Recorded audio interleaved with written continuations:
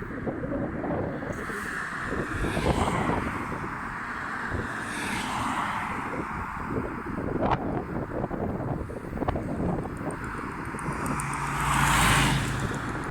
it's Monday.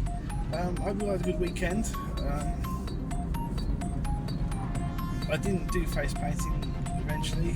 My little girl was poorly, so I was looking after her. Also, it's Glastonbury, so it's like one of the hottest weekends of the year. Glastonbury Festival on TV. Everyone was dancing around like idiots. So yeah, good times. Last night I was able to get a start on a new script. It's going to be probably about. At the moment it's 6 pages. Probably going to try and get it to 8 if I can. This one's about a food inspector. And this lunchtime I started on inking page 2 for the Urbex story, which you can see here. When I was penciling these panels, I really loved the middle tier. I really loved how it came out, so this is the first thing I inked. So yeah, chuffed about it. I think it's coming really nicely. So yeah, all good for this bodes well for a good week. Anyway, I suppose that's enough for now, and I'll speak to you all later. Alright, bye now.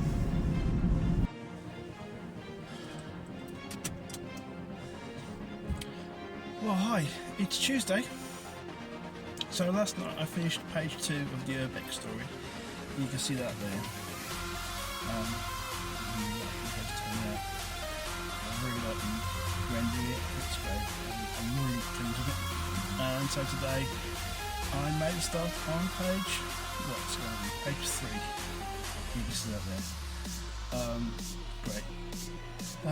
I'm really happy with how this is turning out. I think this is a cool project. We should hear very soon, next few days I reckon, about our H.P. Lovecraftian sort of story. If you remember that one? A few months ago we submitted something, well, Lee submitted something, sure we'll find out about that, so we're really on the motor on this Urbex story and get it out. We're effectively just on 75% through inking, so it's looking good that we get this done in the next 3 or 4 days, but great. Anyway, that's enough for now. So, see you later. Bye. Okay, it's Wednesday. I've finished a day at work and I'm just on my way home. It's been a productive day in the office, but not very productive in terms of comics and such like. Last night the plan was to finish page 3 of the Urbex story, or at least work on the food inspector story. Didn't get a lot done with that. The food inspector story is giving me real problems at a sort of a fundamental script level. I just can't get it to look like a food inspection. So I'm going to have to watch a few more episodes of Hell's Kitchen or something. No, Ramsay's Kitchen Nightmare is what it's called. Didn't get a chance to draw last night, and this lunchtime I didn't get a chance to draw as well. If you don't know, my wife is strongly involved in amateur theatrical work, and as a result I get press gang in to help, and my role is to design the posters for the plays, and our next production is this cheery number, Diary of Anne Frank. I've done Anne Frank related projects before, so it was kind of nice to sort of jump back into her world just for a bit really. So yeah, this is the poster design that's with the director at the moment. He likes it, so I think it might be okay.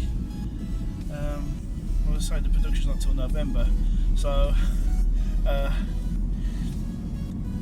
we'll just see. Interestingly enough, I did have an update on the Little Heroes anthology. That's going to press real soon. That's going to press a lot sooner than I thought it was going to be. I just assumed it was going to be August. It looks like it actually might be mid-June, mid-July. So that's going to be something that's going to press very shortly. So that's going to be very, very exciting. That's about it really. Okay. Okay, so it's Thursday. I finished work for the day. Just nipped to the supermarket quick. Pick up a few bits and bobs for Mrs. Hingley.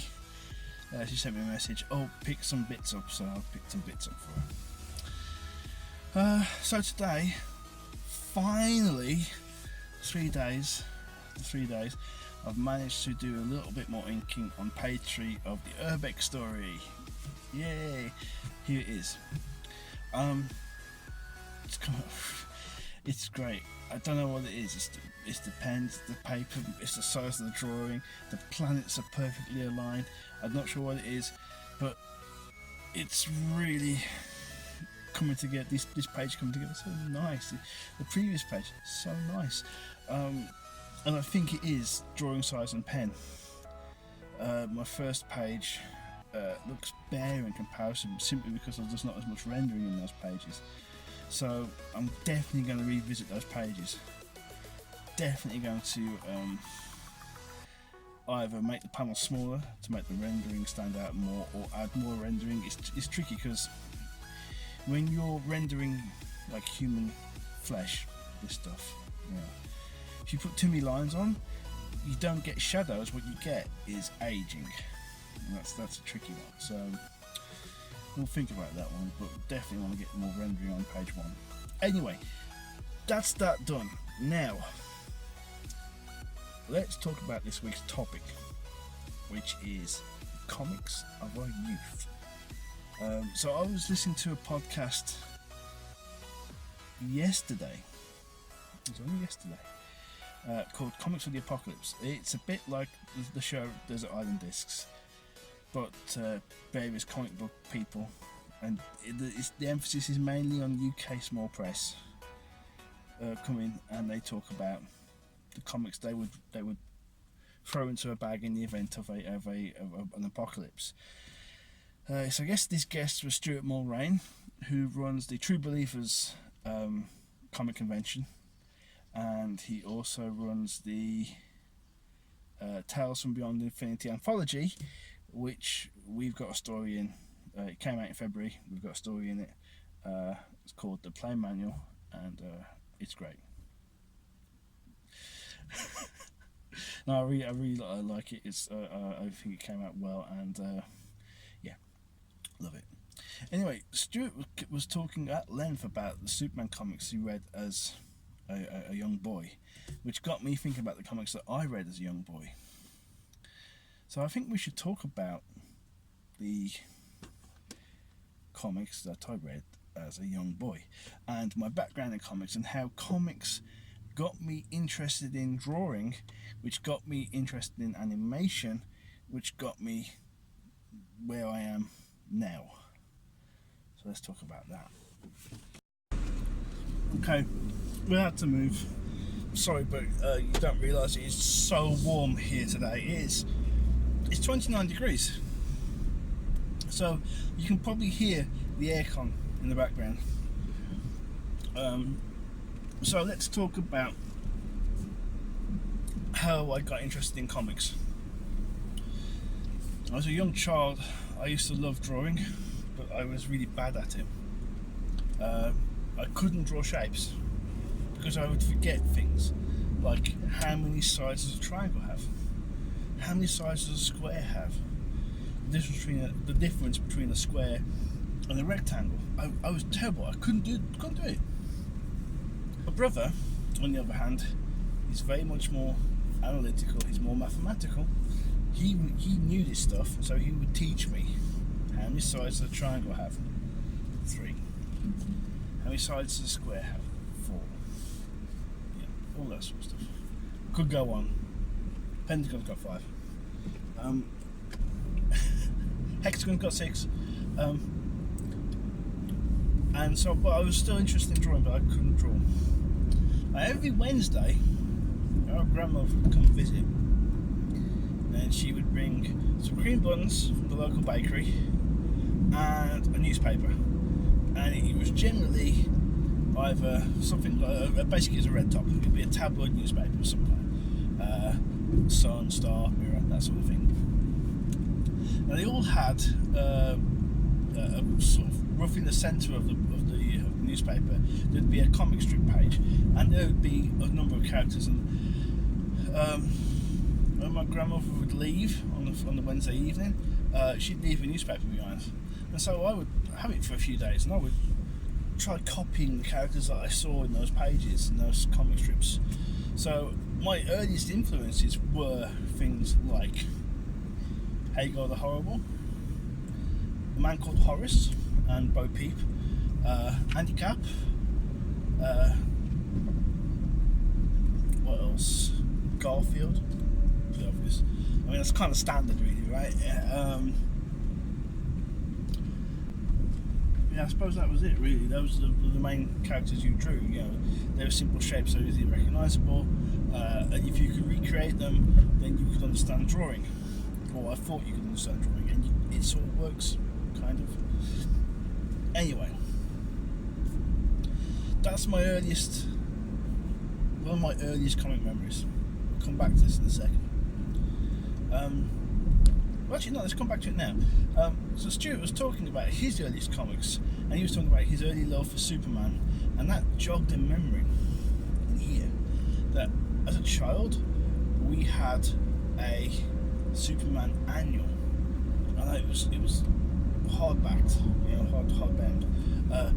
I could not remember anything about it other than Spectre was in it, Superman was in it, Mongol was in it, I think Supergirl was in it, and I think Warworld was definitely in it, but that's all I can remember.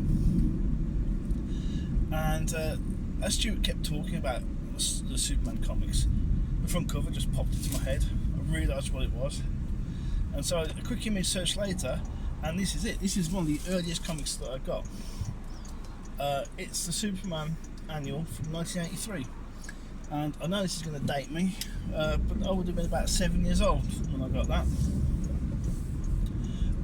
and reread it until it fell to bits. So, you know, take from that. So there we go.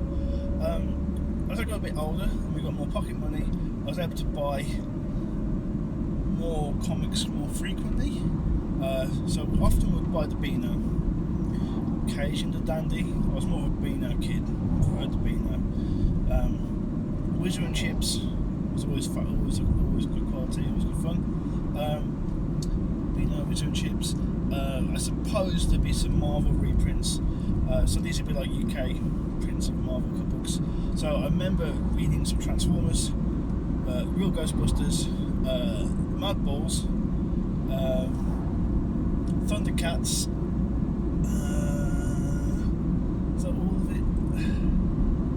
So I think there might have been some Cosgrove Hall ones like Count Duckula and Danger Mouse, but I can't swear to that. I definitely remember reading those sort of books, but it was sort of piecemeal. It was sort of, I'm in the supermarket. No, I'm not even in the supermarket. I'm in the newsagents in my hometown. I'm on my way to school. I've got 45 pence or 90 pence or whatever a book cost. It wasn't a lot of money. What haven't I read? Real Ghostbusters, fine, I'll take it. So every week there might be a comic, might not be, and there's no order, there's no planning. It's just whatever's there. You know, it's whatever's in the rack, whatever's the right sort of price. So there's no planning on that. A bit later on, in the early 90s, I did collect Red Dwarfs magazine. You can see a few examples of the pages here. It only ran for a couple of years. I think there was only 20 odd issues or something like this. I collected it and I would buy it religiously. It would come out, I'd buy it. The stories were, the comics in there were often serialised, and they all had unique visual styles. No two strips were the same. Some were painterly, some were more abstract, some were more avant-garde, and that really appealed to me, and it actually still does. So yeah, that's that takes me up to about 15 or 16. From about 16 onwards, occasionally I would read Zit, which was a kind of a slightly, it was a comic for slightly older kids and geared more towards sort of toilet humour, that sort of thing. And then when I hit university, ultimately, I'd read more 2001. 2001? I'd read more 2000 AD. I'd buy that fairly regularly, but not amazingly regular. Again, it was more sort of more sort of scattershot approach to buying comics. And that's it, really. That's my comic history. So I'm interested to find out what comics you were reading back in the day when you was kids. So what did you read? What sort of comics did you read? Put the answer down below. Comment and leave a message. Yeah. So I just find it interesting, and I'm thankful that I can finally forget thinking about this stupid annual. It's been bugging me for 30 years plus. God. So never mind. Right. Anyway, that's enough today. We've waffled long enough. Let's carry on.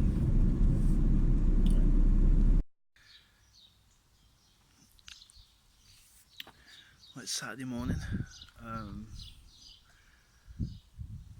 My wife and my daughter have just gone off to do the shopping, and I've been left to do all the chores around the house, which is mainly just mow the lawn. So I'll get to that in a second. But last night got to bed late, but finished page 3, and you can see it here. It's great, love it. So this weekend I'm going to try and get page 4 done, or at least get a start on it, and probably next week we'll be scanning and covering, so there we go. And that's another video, it's another week. This one's a bit late, but it is what it is, and we'll see you all later. Alright, bye now.